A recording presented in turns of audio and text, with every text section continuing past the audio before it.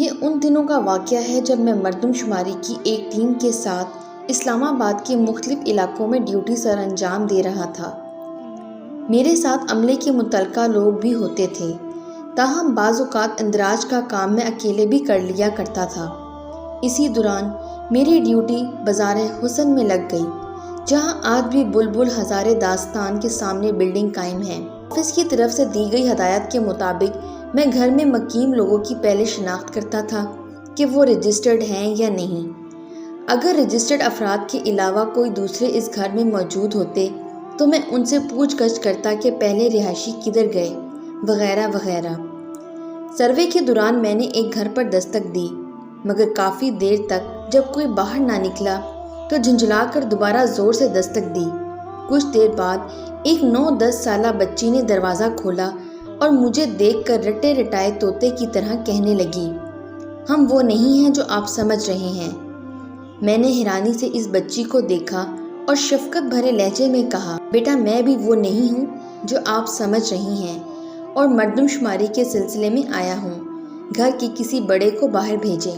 بچی کچھ سمجھی یا نہ سمجھی مگر دوڑ کر اندر چلی گئی۔ چند منٹ بعد ایک سہمی ہوئی خاتون دروازے پر نمودار ہوئیں۔ میں نے شائستگی سے سلام کیا اور اپنے آنے کا مقصد بتایا تو ان کے چہرے پہ اطمینان سا پھیل گیا۔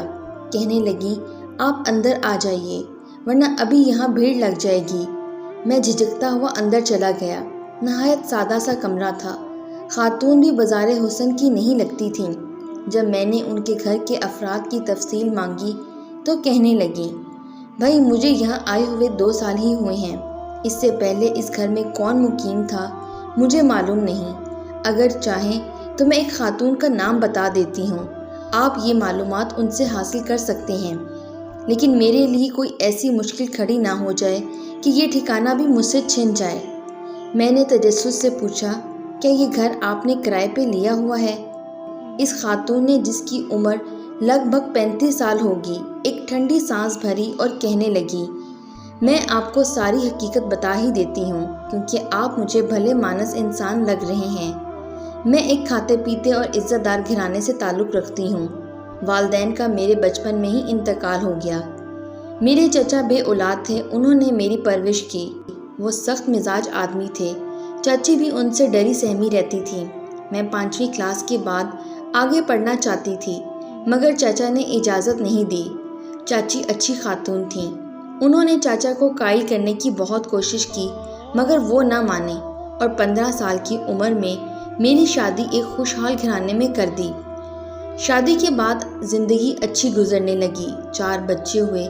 اس دوران میرے چاچا اور چاچی حج پر گئے تو ٹریفک کے ایک حادثے میں ان کا انتقال ہو گیا۔ میکے میں اب میرا کوئی نہیں رہا تھا، سسرال بھرا پڑا تھا، سب کا مشترکہ کاروبار تھا۔ میرے بچے اچھے اسکول میں زیر تعلیم تھے کہ قدرت نے ایک بار پھر میرا امتحان لیا۔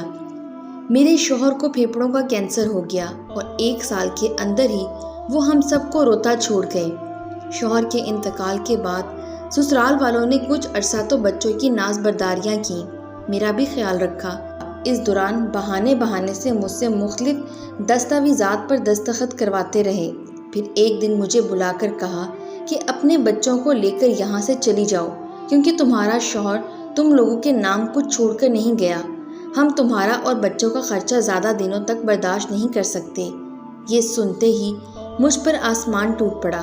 کافی وویلا کیا، منتیں ترلے بھی کر لیے، ان کے دیگر رشتہ داروں کو بیچ میں ڈالا تو انہوں نے بتایا کہ تم نے جن دستاویزات پر دستخط کیے تھے ان کی روح سے تمہارا حصہ وہ تمہیں دے چکے ہیں۔ میں ان پڑھ تھی، ان کی چالیں میری سمجھ میں کیسے آ سکتی تھیں؟ اور پھر ایک روز بچوں کی آپس کی لڑائی کا بہانہ کر کے انہوں نے صبح ہی صبح بچوں سمیت مجھے گھر سے نکال دیا۔ میرے شوہر کے ایک دوست اس علاقے سے 2-3 کلومیٹر دور رہتے تھے۔ میں نے رکشہ پکڑا اور انہیں اپنی کہانی سنانے ان کے گھر جا پہنچی۔ ان کی بیوی میرے شوہر کے انتقال پر میرے گھر آئی تھی اور کہا تھا کہ کوئی پریشانی ہو تو ضرور بتانا۔ اسی تسلی اور آس پر ان کے گھر گئی تھی، لیکن وہاں پہنچ کر پتہ چلا کہ وہ لوگ 6 ماہ پہلے کراچی شفٹ ہو گئے ہیں۔ یہ سنتے ہی آنکھوں تلے اندھیرا چھا گیا۔ چھوٹے بچوں کا ساتھ تھا،